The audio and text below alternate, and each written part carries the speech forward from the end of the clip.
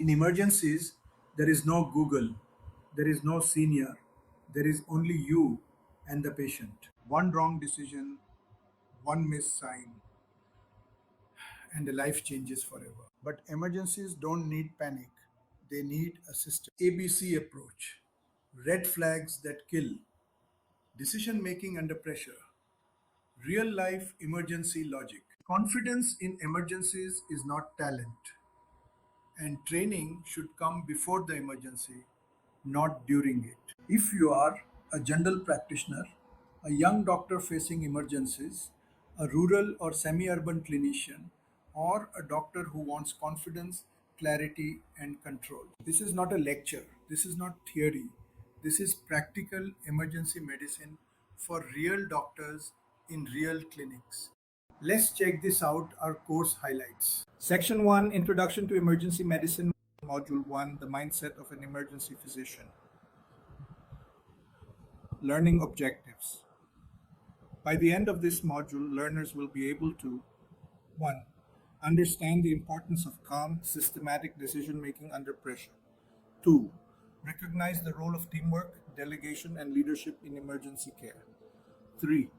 Differentiate between ideal textbook responses versus real world constraints.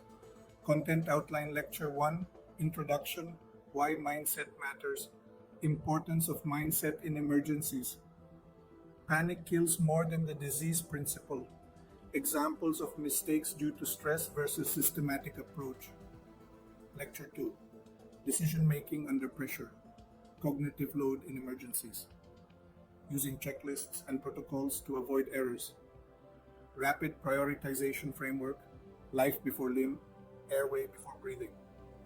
Lecture 3, Leadership and Teamwork in Emergencies, Role of Leader versus Team Members. Delegation, you compress, you call for help, I secure the airway.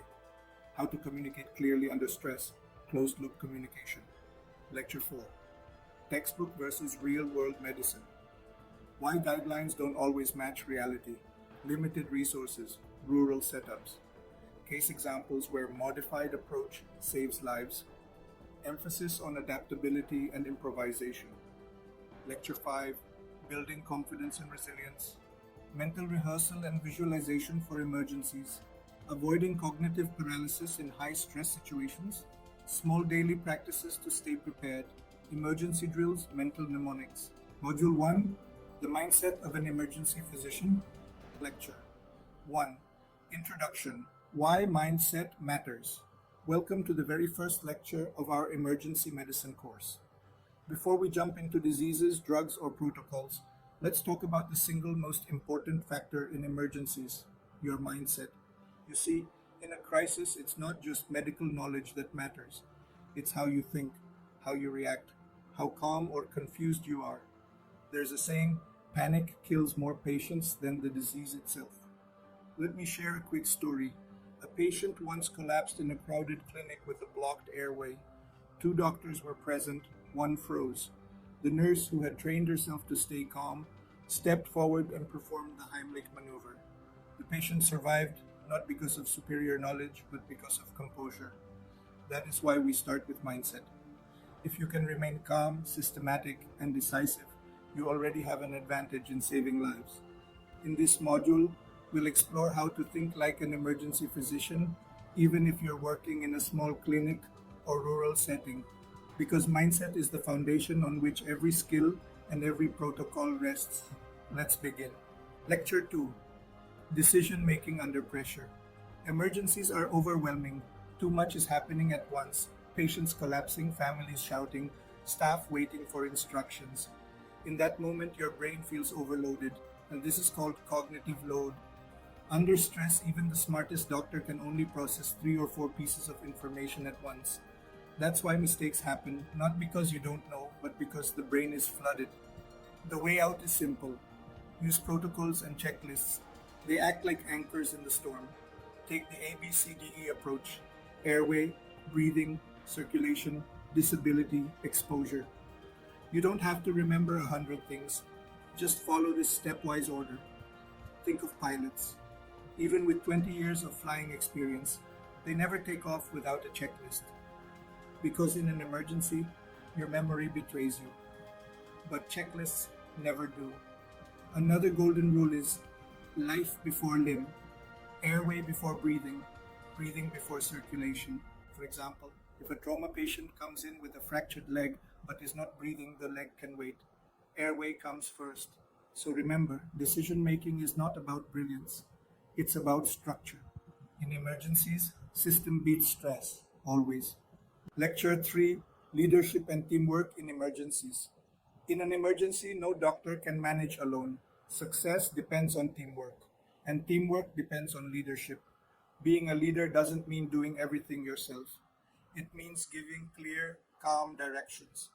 Imagine a cardiac arrest in your clinic. Instead of panicking, you take control. You start chest compressions. You call the ambulance. You get the IV line ready. This is delegation in action. It turns chaos into order, but communication must be clear. That's where closed loop communication comes in. You say, give 1 amp adrenaline IV. The nurse repeats back, 1 amp adrenaline IV given. This way, nothing is missed, nothing is assumed. Your tone also matters. If you sound calm, your team stays calm. If you look panicked, everyone else will panic too. Remember, your leadership, not just your medical skill, can decide whether that patient lives or dies. Lecture 4, Textbook versus Real World Medicine. Now let's face a reality. Textbooks are written for ideal conditions, fully equipped ICUs, multiple specialists, unlimited resources. But most of us don't work in that world. In real practice, you might be in a rural clinic or a small OPD with limited staff and limited equipment. So what do you do when the guideline says immediate CT scan, but the nearest CT is 200 kilometers away? You adapt, you stabilize, you make the best decision with the tools in hand. Take sepsis. The book says central line, arterial line, advanced monitoring. But if you don't have that, do you wait? No. You put in a peripheral line, start fluids, start antibiotics, and arrange transfer. You save time and possibly save a life. Improvisation is not a compromise, it's survival. Splint a fracture with a wooden board. Use an oxygen cylinder from another ward. Keep airway skills sharp even with minimal tools. The best emergency doctors are not the ones who quote guidelines. They're the ones who can bend, adapt, and still deliver life-saving care in less than ideal circumstances. Lecture 5, Building Confidence and Resilience. Emergencies are stressful. Your heart races, your hands shake, and your mind feels blank. And here's the truth. You don't rise to the occasion, you fall to the level of your training. That's why confidence and resilience are as important as knowledge. One powerful tool is mental rehearsal. Just as athletes visualize their game, you can visualize emergencies. Imagine a patient collapses in your waiting room. You picture yourself stepping forward, checking airway, calling for help, starting compressions. This mental practice wires your brain for action. Another danger is cognitive paralysis, overthinking until you freeze. In those moments, remember, doing something systematic is better than doing nothing at all. Daily habits help too. Keep an emergency kit ready. Run short drills with your team every month. Use mnemonics like ABCDE or sample history so you don't rely on memory alone. Confidence doesn't mean arrogance. It means knowing you've prepared, you've practiced, and you can act decisively. That calm assurance, that's what your patients, your team, and your community need from you.